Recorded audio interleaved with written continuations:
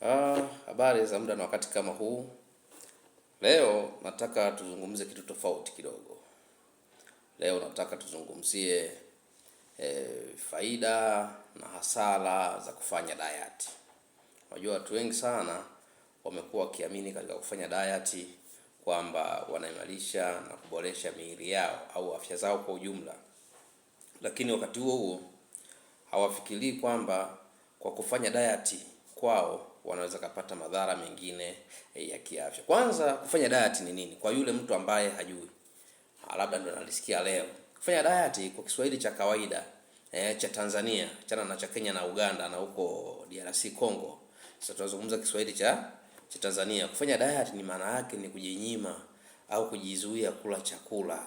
Na hii inaweza kutokana na ushauri ambao mtu ameupata kutoka kwa daktari au kwa hawa majimu trainer, walimu wa mazoezi.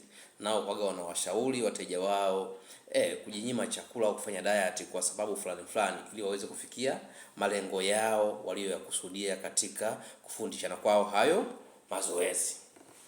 Umeona? Sasa tuangalie kwamba huyu mtu anayefanya diet anaweza akapata faida gani? Kwanza ana faida.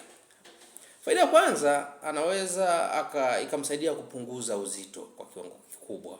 Na kama unavyojua, kama mtu alikuwa na obesity na overweight, akipunguza uzito inakuwa na faida nyingi sana kiafya, ikiwemo na kusababisha mzunguko wa damu kwenda vizuri, kupunguza uchovu, kupunguza rehemu, cholesterol mwilini na mambo kama hayo.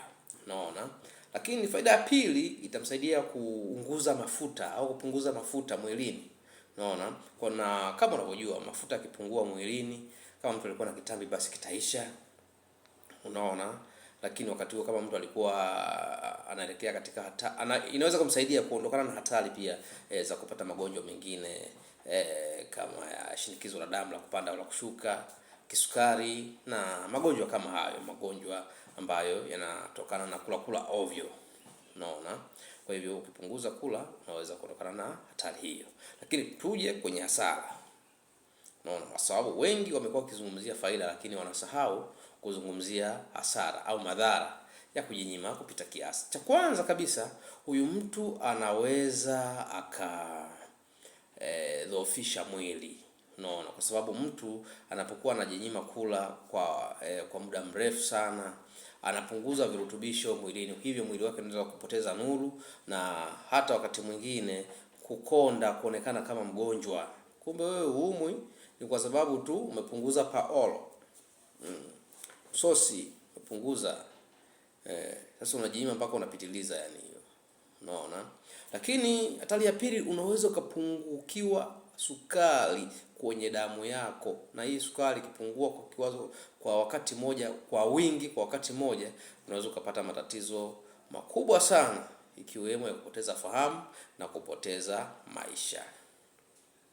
Na tatizo hili sasa, kama mtu atajinyima kwa muda mrefu sana, inaweza kupelekea akapata matatizo ya akili. Matatizo ya akili. Hapa tunaongea mental disorders, magonjwa ya akili. Kuna ugonjwa mmoja unaitwa anorexia nervosa. Hii inawakuta sana hawa watu wanaofanya diet. Unakuta anaamini kwamba ili aendelee kuimarisha na kuboreka katika afya yake kwa kile alichokusudia, kama ni kupunguza uzito, kuondoa kitambi au kutengeneza shape na kadhalika, akili yake sasa inamwaminisha kwamba aongeze juhudi na idadi ya kupunguza kula chakula ili aweze kupata matokeo mazuri zaidi. Kwa hiyo unajikuta kama alikuwa anakula chapati moja, anaanza kupunguza inakuwa nusu, inakuwa robo au pengine kabisa hali anashindia maji tu. Unaona? Na hii inaweza kupelekea mtu akapoteza kiwango kikubwa cha uzito, kiwango kikubwa cha virutubisho, kiwango kikubwa cha protini na kadhalika, hali ambayo inaweza kupelekea huyu mtu akapata udumavu na akaweza kupoteza maisha. Kwa hivyo nachotaka kusema nini? Mnavyowaona hao maslahi queen wamekazana kutokula vizuri, sawa? Wanajifanya kwamba wanafanya diet na wamekazana kweli.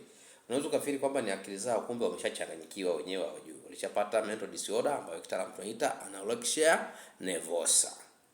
Sasa ni nini tunachoweza kushauri sisi kama wataalamu kwamba sasa kwa wewe ambaye unataka fanya diet na uendelee kuwa na afya nzuri. Cha kwanza kabisa, fanya diet yako vizuri kabisa, lakini hakikisha basi pale unapopata chakula, kula mboga mboga kwa wingi, matunda pamoja na vyakula ambavyo vina protini. Achana na wanga, mafuta na sukari kwa wingi. Lakini mboga mboga na matunda hayo yasipungue mezani. Hapo utafanya diet yako vizuri na utaendelea kuwa na afya nzuri. Tuachane na hayo mambo ya anorexia nervosa. Kwa hiyo kama una jirani yako unaona amekazana na diet, kula yeye amesema kabisa ni dhambi, huyo ameshaanza kuchanganyikiwa. Ugonjwa unaitwa anorexia nervosa.